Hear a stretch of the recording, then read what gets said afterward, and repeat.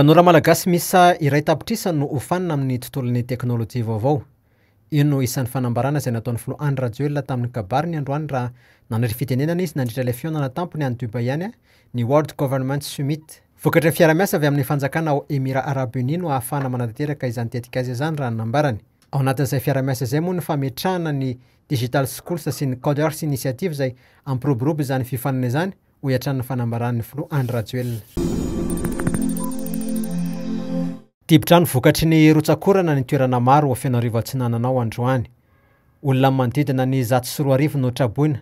Avy amin'ny fokontany miisa 4 raha nitatitra vonjamaika izay navoaka ny birao misana fitantanana loza sy ny tandindozana ny BNGRC tamin'ny rolatolakandro teo. Tsy misy ny anana fohy na ihany koa ny naratra loatra eto. Ny aton'ny fampianarana tany toerana vokatra fiakaran-drano izay. Tetezana iray alohan'ny hiditra an-tanambao orana no niotsaka. Tapaka tanteraka ny lalana. Tsy maintsy apetraka vonjamaika ny tetezana mby mba ampiverina ny fifamoivoizana amin'ny lalam-pirenena fahadimy izay mampitohy an'i Tomasina sy Maroantsetra hoy ny fanambaran'ny ministeran'ny asa vaventy. Omena lanja manokana ny asa tanana malagasy manomboka amin'ity taona ity raha nambaran'ny ministry ny fizahantany sy ny asa tanana Joël Randriamandrantso raha niona tamin'ny mpanao gazety izy androany.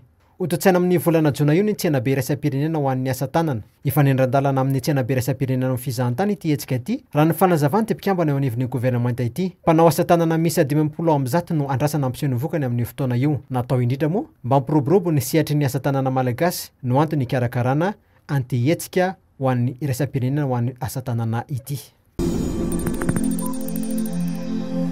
Mpilalao 4 no isoltenan'i Madagasikara ny Rosia hiatrika ny fifananana Figital Basketball. Ho tanterahana any Kazan amin'ny faraika amby 20 ka hatramin'ny 20 volana febroary ho avy izao ity fifananana anam-panatanjahantena ity. Samba ny mpilalao malagasy no hiatrika izao fifananana izao. Ireo mpifaninana 4 ireo tsy iza akory fa i Aziz Karso, Marco Rakotovao, Rikle Lubaki ary Orlando Rajaniana no anainga ho an'ny Kazan mba handray anjara amin'ny Games of Future ho an'ny taranja Figital Basketball. Misy 40 ireo ekipa avy amin'ny firenena maneran-tany no ifanandrana any Rosia ihany. Marihana moa fa tsy mitovy tanteraka amin'ny fisotrin'ny milalao basketball mahazatra ity fanatanjahantena Figital Basketball ity.